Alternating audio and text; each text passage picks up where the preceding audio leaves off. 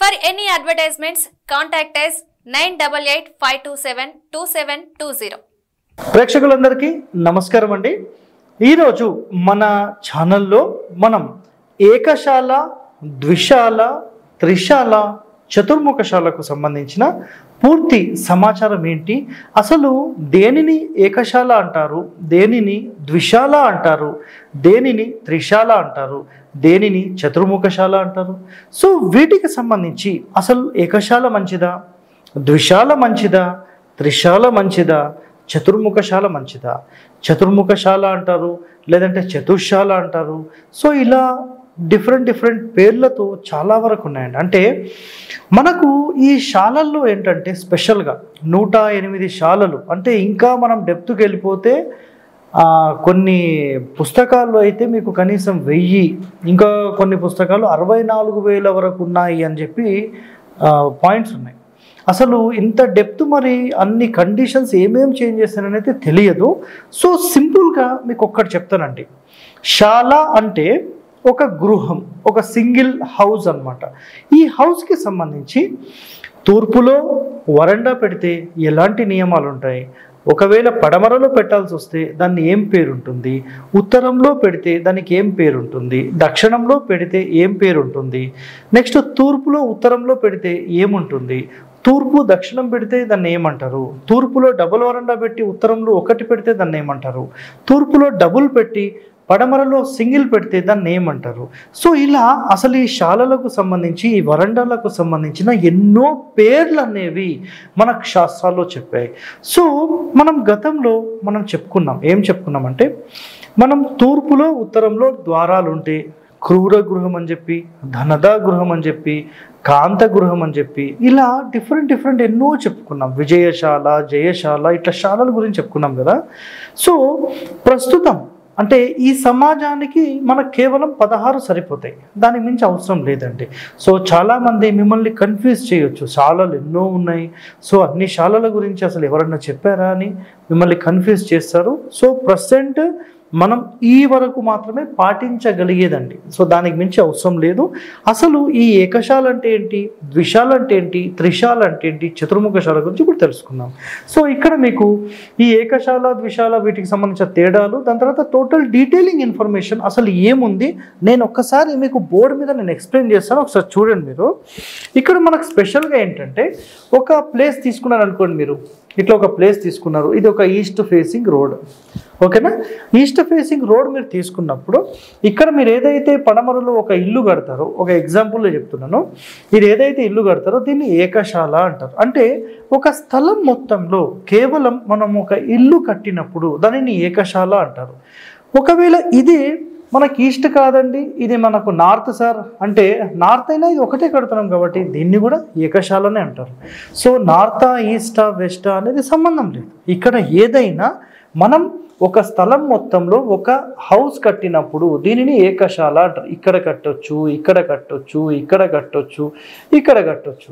ఈ 4 కడితే ఏమవుతుంది, అప్పుడు చతుర్ముఖశాల, చతుర్శాల, ఇలాంటి పేర్లు చాలా వరకు మనం మాట్లాడుతుంటాం. సో ఇందులో డీటెయిలింగ్గా వెళ్తే నేను ఏకశాల గురించి చెప్పేశాను, అందులో ఒక శాల, ద్విశాల అంటే 2 వస్తాయి, త్రిశాల అంటే 3 వైపులో వస్తాయి, చతుర్శాల అంటే 4 వైపులు వస్తాయి. అంటే శాల అంటే ఒక ఇల్లు. సో ఇందులో మీరు క్లియర్గా అబ్జర్వ్ చేస్తే ఇక్కడ ఒక ఇల్లు అని మనం మాట్లాడినప్పుడు కేవలం ఒకటి మాత్రమే ఉంటుంది. మనం ఇంకా డెప్త్లోకి వెళ్తే గనక ఇక్కడ చూడండి, ఇది ఒక పెద్ద స్థలం అనుకుందాం. సో ఇందులో మీరు తీసుకుంటే ఇది ఏకశాల. సో ఇక్కడ చూడండి, ఏకశాల కేవలం ఒక దిక్కులకు మాత్రమే, ఖండాలకు మాత్రమే కడతారు. ఖండాలు అంటే మళ్ళీ ఇది ఇంకా డెప్త్కు వెళ్ళే సబ్జెక్ట్ అండి. సో ఇదేమో దిక్కుకు కట్టేది. మనం దిక్కుకు కట్టడం అంటే ఏంటి, సో ఇది ఈస్ట్, ఇది తూర్పు, ఇది వెస్ట్, ఇది పడమర, సౌత్ దక్షిణం, నార్త్ ఉత్తరం. సో మనకు దిక్కులకు మాత్రమే ఇల్లు కట్టాలనే కండిషన్లో మనం ఏంటంటే స్థలం మొత్తంలో కరెక్ట్గా పడమర మధ్యస్థానంలో ఇల్లు కట్టాలి. ఇది శాస్త్ర నియమం. ఇది అదేవిధంగా మనం కరెక్ట్ పడమర మధ్యస్థానంలోనే ఇల్లు కట్టాలి. అంటే తూర్పులో పడమరలో సమానమైన కొలతలతో మనం సెట్ బ్యాక్స్ అనేది వదిలిపెట్టాలి. ఇదే విధంగా తూర్పు ఇల్లు అయితే ఖచ్చితంగా తూర్పు మధ్యస్థానంలో కట్టి ఈ రెండు వైపులా ఖాళీ స్థలం సమానంగా పెట్టాలి. అదేవిధంగా ఉత్తరం ఇల్లు కడితే దక్షిణం ఎక్కువ ఖాళీ పెట్టి తూర్పు పడమరలు సమానమైన ఖాళీ పెట్టాలి. దీనిని మనం ఏమంటామంటే దిక్కులకు కట్టబడిన ఇల్లు, దిక్కులకు స్థలంలో దిక్కులకు ఉండే ఇల్లు అని మాట్లాడతాం. సో మరి ఖండం అంటే ఏంటి సార్? అక్కడ మీరు ఏదో ఖండం అని రాశారు. సో ఖండం అంటే ఏం లేదండి, మనం నైరుతి ఖండంలో కడుతున్నామా, ఈశాన్య ఖండంలో కడుతున్నామా, ఉత్తర ఖండంలో కడుతున్నామా అనేది ఇక్కడ కాన్సెప్ట్. అంటే ఈ స్థలం మొత్తంలో ఇది నైరుతి.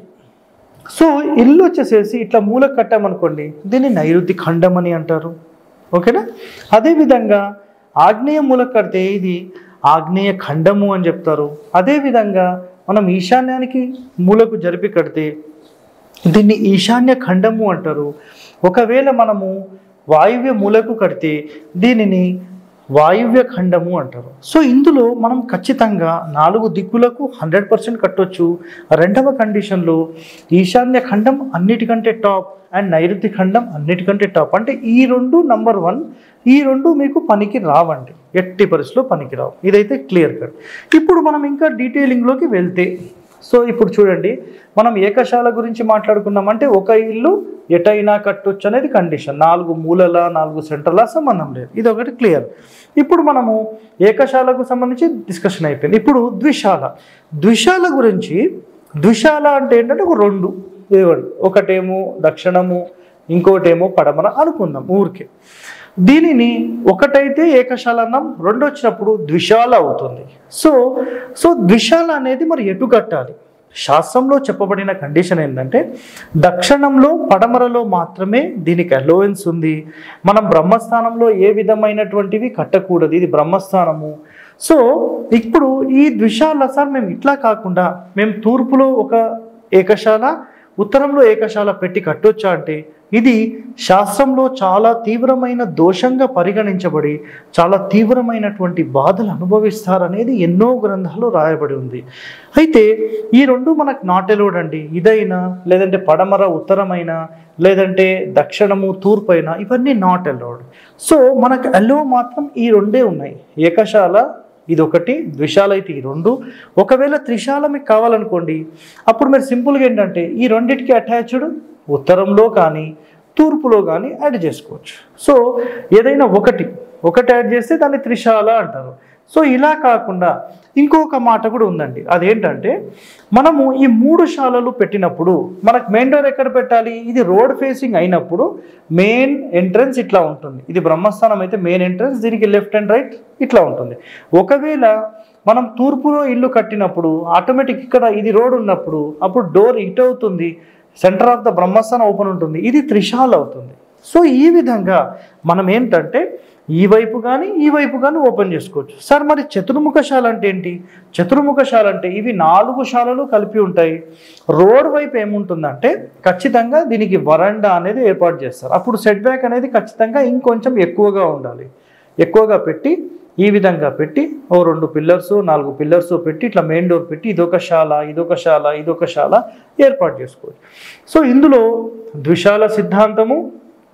నెక్స్ట్ ఇక్కడ చూడండి, ద్విశాలకి ఈ 2 శాలలు ఉంటాయి. దీనికి ఏం పేర్లు ఉన్నాయంటే సిద్ధార్థము, వైశేషికము, కమలాకరము, అర్ధసిద్ధి, నామక, ద్విశాల అంటారు.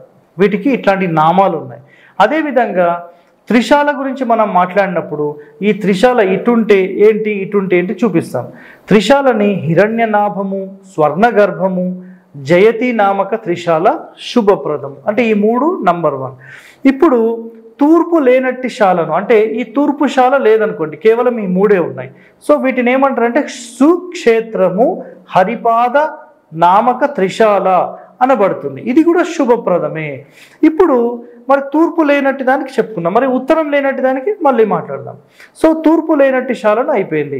శాల లేని దిశకు సింహద్వారం పెట్టాలి. అంటే ఇటు లేదనుకోండి మెయిన్ డోర్ ఇటు పెడతాం, ఇటు లేదనుకోండి ఇటు మెయిన్ డోర్ పెడతాం. అంటే ఎటైతే ఓపెనింగ్ ఉంటుందో అటు మెయిన్ డోర్ పెట్టాలి, అటే రోడ్ కూడా ఉండాలి.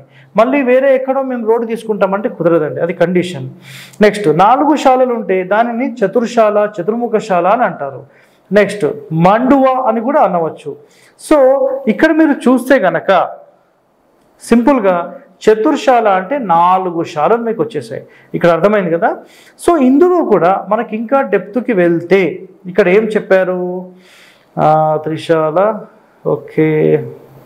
సో 4 శాలలు ఉంటే దాన్ని చతుర్శాల, చతుర్ముఖశాల, మండువ ఇవన్నీ చెప్తారు. వీధి ఎక్కడైతే ఉంటుందో అక్కడి నుంచి శాలలోపుకి దారి కల్పించాలి. ప్లస్ ఇక్కడ ఖచ్చితంగా ఒక వరండా అనేది పెట్టాలి. దీని ఆపోజిట్లో ఈ పడమర కూడా వరండా పెట్టవచ్చు. ఒకవేళ మెయిన్ డోర్ ఇటు పెడితే ఈ శాలకు మనం కంపల్సరీ వాసర పెట్టి మళ్ళీ దక్షిణంలో కూడా పెట్టాల్సి వస్తుంది. సో ఇది ప్రవేశాన్ని బట్టి వీటిని పేర్లు డిఫరెంట్గా చేస్తారు. అంటే ఇటు ప్రవేశం ఉంటే ఏంటి, ఇటు ప్రవేశం ఉంటే దానికి పేర్లు ఏంటంటే దీన్ని సర్వతోభద్రమని, నంద్యవర్ధనమని, వర్ధమానమని, స్వస్తికమని, రుచకమని, ఇలా అసలు ఎన్నో పేర్లు ఉన్నాయన్నమాట. నెక్స్ట్ ఏకశాల కట్టిన తర్వాత మనకు దీనిలో కండిషన్ ఏంటంటే కంపల్సరీ ఒక స్థలం తీసుకుంటాం కదా మనము. సార్ నేను మొత్తం పడమరకేసి కట్టొచ్చా? ఇది రాంగ్ అండి. స్థలం మొత్తంలో ఎప్పుడైనా గుర్తుపెట్టుకోండి, ఒక భాగం అనేది వదిలిపెట్టి మాత్రమే మీరు ఇట్లా శాల ఇట్లా నిర్మించడానికి అవకాశం ఉంటుందండి. ఈ విధంగా అవకాశం ఉంటుంది. సో చూస్తున్నారు కదా, అవసరం మీరు అనుకుంటే ఈ మూలను కూడా మీరు కలుపుకోవడానికి అవకాశం ఉంటుంది. ఈ మూలలు కూడా కలుపుకోవచ్చు. ఇందులో డిఫరెంట్ టైప్స్ ఆఫ్ ప్యాటర్న్స్ ఏముంటాయి? సో చాలా మందికి అయితే అది ఐడియా లేదు. సో దీంట్లో డిఫరెంట్ టైప్స్ ఆఫ్ ప్యాటర్న్స్ ఏముంటాయంటే ఇప్పుడు నేను చూపించినట్టుగా ఇట్లా ఒకటి అనుకున్నాం కదా. ఇంకా మనం కొంచెం డెప్త్కి వెళ్తే, అంటే ఇప్పుడుకైతే మనకు అది రిక్వైర్మెంట్ లేదు, ప్రజెంట్ ఎవరు వాడట్లేదు, కానీ ఇన్ఫర్మేషన్ కావాలి. ఇట్లా ఒకటి, ఇక్కడ నుంచి ఇట్లా ఒకటి, మళ్ళీ ఇక్కడ నుంచి ఇట్లా ఒకటి, మళ్ళీ ఇక్కడ నుంచి ఇట్లా ఒకటి, ఇట్లా తీసుకొని దీన్ని స్వస్తికము అంటారు. సో ఇలా ఎన్నో పేర్లతో అసలు మనకు వాస్తుశాస్త్రంలో చాలా డెప్త్ వరకు మనకు ఎక్స్ప్లెయిన్ చేశారండి. సో ప్రజెంట్ అయితే మీరు కేవలం ఏకశాల అంటే ఏంటి, ద్విశాల అంటే ఏంటి, త్రిశాల అంటే ఏంటి, వీటికి సంబంధించిన సమాచారం అనేది మీరు తెలుసుకోండి. దీనికి మించి అయితే మనకు అవసరం లేదు. సో ఈరోజు మీరు అసలు శాలలకు సంబంధించిన పూర్తి సమాచారం అంటే బేసిక్ ఇన్ఫర్మేషన్ మీరు తెలిసింది అని అనుకుంటున్నాను. ఇంకా మీరు డెప్త్గా నేర్చుకోవాలి, వీటికి సంబంధించి మాకు సమాచారం చెప్పండి సార్, ఒక్కొక్క శాల అంటే ఏంటి, వాటికి సంబంధించిన డీటెయిలింగ్ కావాలనుకుంటే మీరు కనీసం ఒక 500 మంది కామెంట్ పెట్టగలిగితే నేను మీ అందరి కోసం మొత్తం డీటెయిలింగ్ ఎన్ని శాలలు ఉన్నాయో అన్ని శాలలకు సంబంధించిన కండిషన్స్తో పాటు నేను మీ అందరికీ వీడియోస్ చేసి పెడతాను. ఓకే, థ్యాంక్ యూ అండి, ధన్యవాదాలు.